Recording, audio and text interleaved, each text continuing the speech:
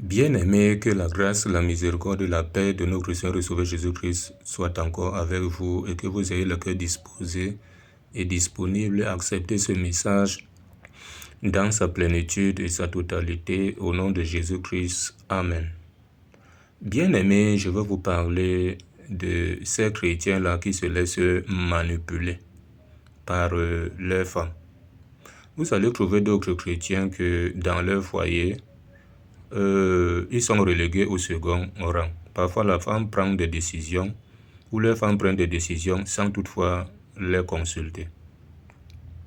Donc, c'est la femme qui dirige tout seul, qui parle et l'homme écoute. Et ce qui n'est pas bon pour un chrétien. Certaines de leurs femmes même s'immiscent même dans les choses de Dieu à tort et à travers, veulent exercer même l'autorité, veulent commander, au point où l'homme est devenu la femme à la maison et la femme est devenue l'homme.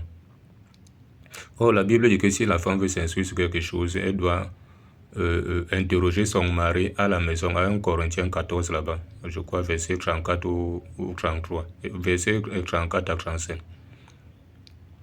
Et qu'elle doit gagner son mari sans parole, en voyant au travers de sa bonne conduite, sa vie de chasteté, ainsi de suite, à 1 Pierre 3, si vous lisez à partir du verset 1 en descendant.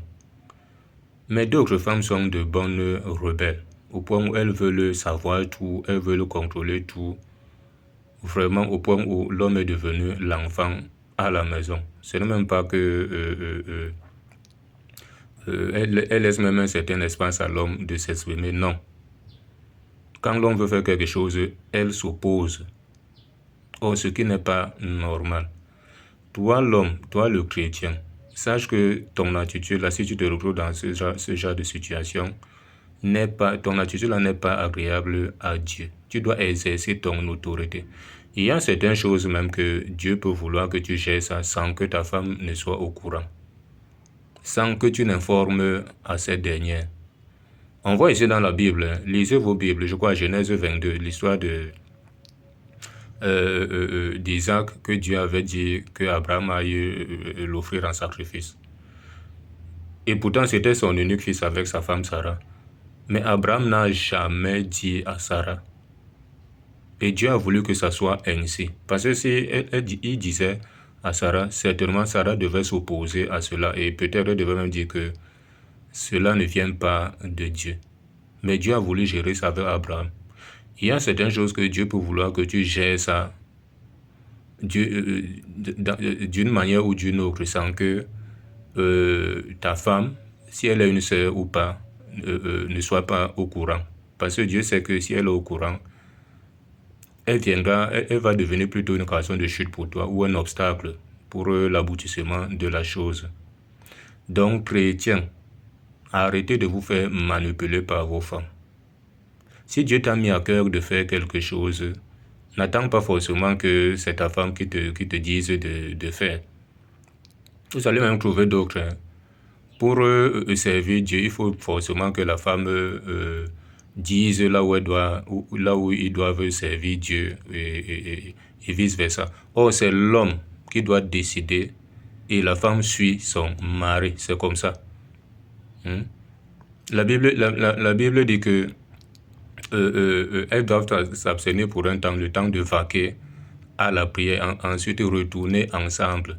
Je crois que c'est 1 Corinthiens 7 là-bas. Vous retournez ensemble parce que c'est la femme qui suit l'homme, là où l'homme doit aller servir Dieu, là où l'homme doit aller persévérer. Et non l'inverse, où c'est la femme qui tire l'homme, comme ça se fait dans les milieux dits chrétiens aujourd'hui. L'homme n'est même pas d'accord sur quelque chose, mais la femme lui oblige. La femme le tire ça et là.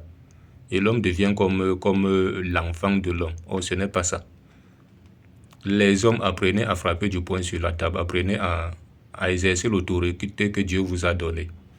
1 Corinthiens 11, là-bas, verset 3, dit là-bas que Dieu est le chef de Christ, l'homme est le chef de la femme, et Christ est le chef de l'homme. C'est une hiérarchie. Mais dès lors où tu laisses déjà que ton autorité soit foulée aux pieds, vraiment, devant Dieu, tu es en train comment je peux dire ça? De vendre ton autorité. Tu es en train de vendre ton autorité. Et après, ne sois pas surpris que, véritablement, même dans le sens, même dans le spirituel comme ça, vraiment, que ça devient fou tout. Et même dans ta vie au quotidien comme ça. Parce que ce qui s'est passé avec Esaü qui avait vendu son droit d'aînesse à cause d'un plat de nourriture. Et d'autres, emportés par l'amour, ils sont incapables même parfois même de prendre certaines décisions dans leur maison. Non, madame va dire quoi. Il faut d'abord aller demander à madame. D'autres même pour te faire même le bien, il faut forcément que madame valide. Si elle ne valide pas, il n'y aura rien. Oh, ce n'est pas normal. Dieu ne va pas te récompenser demain par rapport à ta femme. Dieu va te récompenser par rapport à ce que tu as fait, ta relation avec lui, tes bonnes œuvres à toi. On dit chacun pour eux sa part. Si elle a passé le temps à faire le mal aux gens, c'est le mal qui va la suivre. Et si toi tu as passé le temps à faire le bien aux gens, c'est le même bien qui va te suivre. C'est pour cela que 2 Timothée 1, verset 7 nous dit ici. Il dit car ce n'est pas un esprit de timidité que Dieu nous a donné. Au contraire, son esprit nous remplit de force, d'amour et de sagesse. Donc, toi là, sache que ce n'est pas un esprit de timidité que Dieu t'a donné. Mais son esprit te remplit de force, d'amour et de sagesse. Et si tu dis donc que tu as l'esprit de Dieu, manifeste l'amour vis-à-vis des autres. Si tu as pris la résolution de servir Dieu, sers Dieu avec amour, avec fidélité, avec sincérité, avec vérité. Si tu as pris la résolution de faire le bien à quelqu'un, n'attends pas forcément que quelqu'un valide ou madame ou je ne sais quoi. Non. Fais ça parce que le bien est recommandé. Si tu as pris la résolution de faire des libéralités aux gens, fais des libéralités sans toutefois attendre la validation ou je ne sais quoi ou de qui que ce soit. Non. Ne cherche pas à plaire à quelqu'un, cherche à plaire à Dieu. Parce que c'est Dieu qui nous récompense et non un homme. Si un homme s'oppose déjà à un acte qui est louable à la lumière de la parole de Dieu, ça veut dire que cette personne-là ne veut pas ton bien ou ne veut pas le bien de l'autre. Donc ces femmes-là qui veulent que dans les maisons, les hommes deviennent des bébés même, pas même les femmes, mais des bébés, et qu'eux deviennent des mères, ou elles deviennent des mères, ce n'est pas bon, c'est le péché. Elles doivent même se repentir. Vous allez voir certaines femmes qui se disent chrétiennes, elles mettent leur bouche partout, elles veulent connaître tout. Elles mettent leur bouche partout, elles veulent connaître tout, elles veulent contrôler tout, elles veulent faire tout, et ce qui n'est pas bon. Reconnaissez votre place. La place de la femme, c'est qu'elle soit reléguée au second rang. C'est l'homme qui doit prendre les devants. Parce qu'on a vu Adam et Ève là-bas. Ève a pris les devants. Et le péché est entré. La désobéissance est entrée. Et aujourd'hui, nous souffrons à cause de cela.